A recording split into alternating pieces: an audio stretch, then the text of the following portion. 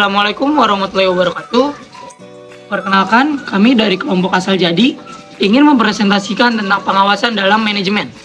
Sebelum saya memulai, saya akan memperkenalkan diri saya dan rekan-rekan saya. Perkenalkan, nama saya Zikra Fadil Alda, dan ini Hilman Anggara Putra, dan ini Pedro Dwi Atmojo. Materi-materi yang akan kita bahas yaitu pengertian pengawasan, fungsi-fungsi pengawasan, jenis-jenis pengawasan, tahap-tahap pengawasan, serta manfaat-manfaat dari pengawasan. Pengertian pengawasan menurut Skerman 2002, pengawasan adalah proses dalam menetapkan ukuran kinerja dan pengambilan tindakan yang dapat mendukung pencapaian hasil yang diharapkan sesuai dengan kinerja yang telah ditetapkan tersebut.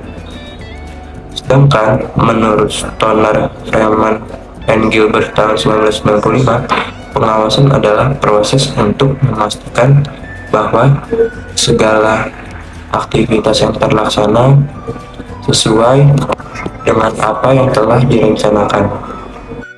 Selanjutnya, fungsi pengawasan. 1. Mengukur kinerja. Salah satu fungsi utama pengawasan adalah untuk mengukur kinerja individu, tim, atau departemen dalam mencapai tujuan organisasi. Yang kedua, kontrol dan koreksi. Fungsi pengawasan mencakup pengidentifikasian kesalahan, ketidaksesuaian, dan penyimpangan.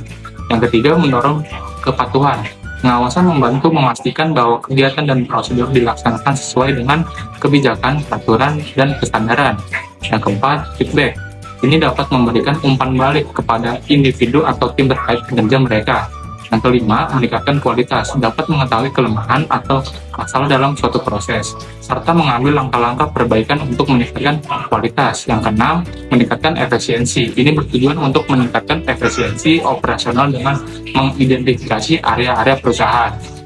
Berikutnya ada jenis-jenis pengawasan. Yang pertama, pengawasan intern.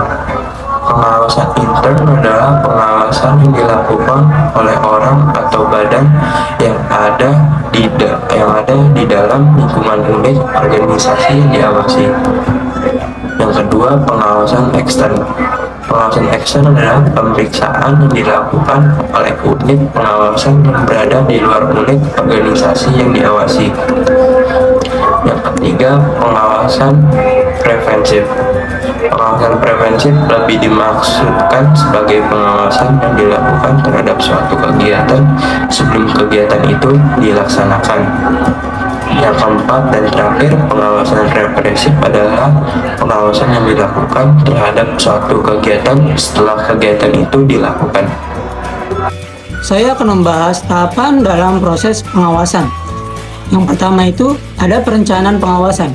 Menetapkan tujuan, standar, dan metode yang akan digunakan dalam pengawasan.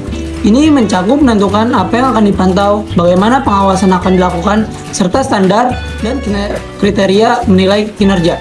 Yang kedua itu ada pemantauan aktivitas. Melakukan pemantauan secara aktif terhadap aktivitas atau suatu proses yang relevan dapat dilakukan dengan pengamatan langsung, menggunakan teknologi atau menganalisis suatu data. Selanjutnya itu ada evaluasi kinerja. Evaluasi ini berguna untuk menetapkan suatu standar yang telah dilakukan apakah sudah tercapai atau belum. Jadi, pengawasan yang terkelanjutkan dengan melakukan langkah-langkah ini secara terus-menerus, organisasi dapat memperbaiki kinerja dan mencapai tujuan yang ditetapkan. Selanjutnya, manfaat pengawasan. Yang pertama, mencegah terjadinya penyimpangan. Yang kedua, meningkatkan efektivitas dan efisiensi. Yang ketiga, meningkatkan kedisiplinan. Yang keempat, meningkatkan kepuasan masyarakat. Yang kelima, meningkatkan motivasi. Yang keenam, mengamankan aset. Yang ketujuh, meningkatkan koordinasi. Selesai sudah presentasi dari kami, seperti kamu dan dia, yang sudah selesai tanpa memulai.